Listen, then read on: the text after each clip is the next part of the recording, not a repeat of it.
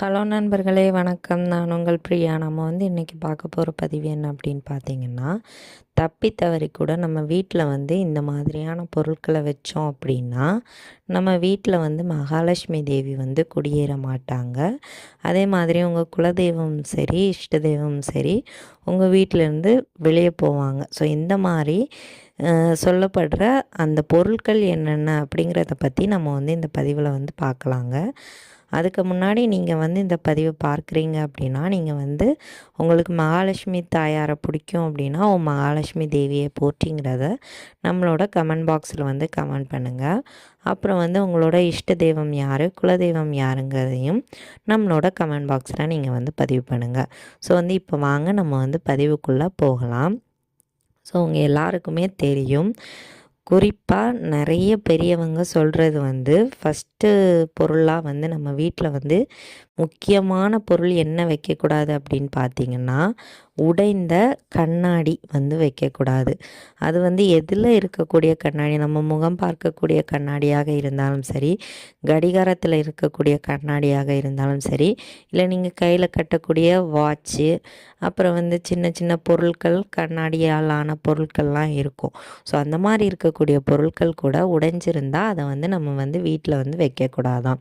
அப்புறமா ஒரு சில பேர் நிறைய பேர் கிஃப்டெல்லாம் கொடுத்துருப்பாங்கன்னு சொல்லிட்டு அந்த பொருள் உடஞ்சிருந்தாலுமே அதை பத்திரப்படுத்தி வச்சுருப்பாங்க. ஸோ அந்த மாதிரி வைக்கிறவங்க சென்டிமெண்டலாக ஒரு சில பேர் வச்சுருப்பாங்க.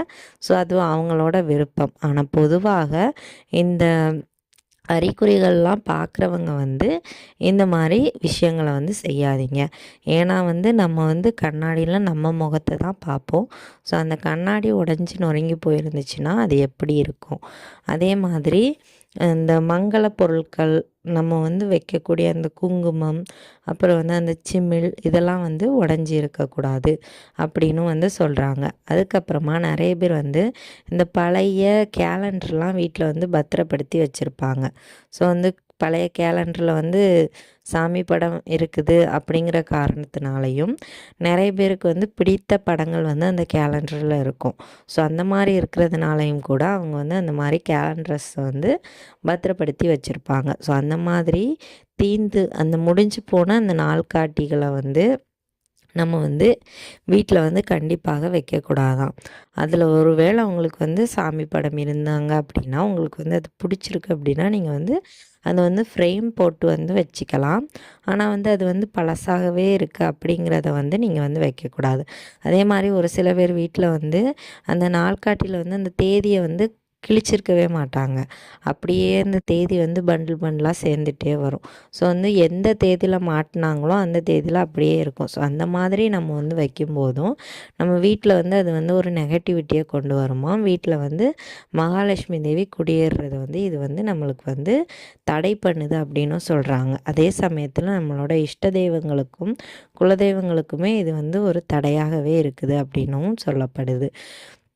அதுக்கப்புறமா என்ன பொருட்கள் வைக்கக்கூடாது அப்படின்னு பார்த்திங்கன்னா, நிறைய பேர் வீட்டில் இந்த பழைய பேப்பர்ஸு, அப்புறம் அந்த எக்ஸாம்பிளுக்கு ஒரு ஹாஸ்பிட்டலில் உள்ள பில்லு கூட அவங்க சேர்த்து சேர்த்து வச்சுருப்பாங்க. அந்த மாதிரி பழைய கந்தலான அந்த பேப்பரை நம்ம வீட்டில் வைக்கக்கூடாதான். அதனால கடன் சுமைகள் நம்மளுக்கு அதிகமாகும் அப்படின்னு சொல்லப்படுது. நிறைய பேர் புத்தகம் படிக்கிற பழக்கங்கள் இருக்கும். புத்தகம் படிக்கிறது நல்ல விஷயந்தான். ஆனால் ஒரு சில பேர் வீட்டிலலாம் பார்த்திங்கன்னா ரொம்ப பழசாக பஞ்சராகி போன புத்தகங்கள்லாம் வச்சுருப்பாங்க. ஸோ அந்த மாதிரி புத்தகங்கள்லாம் நம்ம வைக்கக்கூடாது அப்படின்னு சொல்கிறாங்க. ஸோ அதுக்கப்புறமா வேறு என்ன பொருட்கள் வைக்கக்கூடாது அப்படின்னு பார்த்திங்கன்னா, நம்ம வீட்டில் வீட்டுக்குள்ளே வர்றதுக்கு முன்னாடி நம்ம காலில் இருக்கிற மண்ணெல்லாம் தொடச்சிட்டு வரோம். ஸோ அந்த மிதியடி, அந்த மேட்டு நம்ம ரொம்ப பிஞ்சு போய் அப்புறம் ரொம்ப இத்து போயிருக்கும். ஸோ அந்த மாதிரி இருக்கிறத நம்ம வீட்டில் உபயோகப்படுத்தக்கூடாது. வீட்டு வாசலில் போட்டிருக்கிறதே இந்த மாதிரி இருக்குது அப்படின்னா, கண்டிப்பாக நம்ம வீட்டுக்கு வந்து மகாலட்சுமி தேவி வந்து குடியேற மாட்டாங்க. அதுக்கப்புறமா நம்ம வீட்டை சுத்தம் பண்ணக்கூடிய துடைப்பம் அது வந்து ரொம்பவும் தேஞ்சு போய் இருக்கக்கூடாதாம். அப்படி இருந்தது அப்படின்னா நீங்கள் வந்து உங்களால் முடிந்தது அப்படின்னா உடனடியாக மாற்றிருங்க.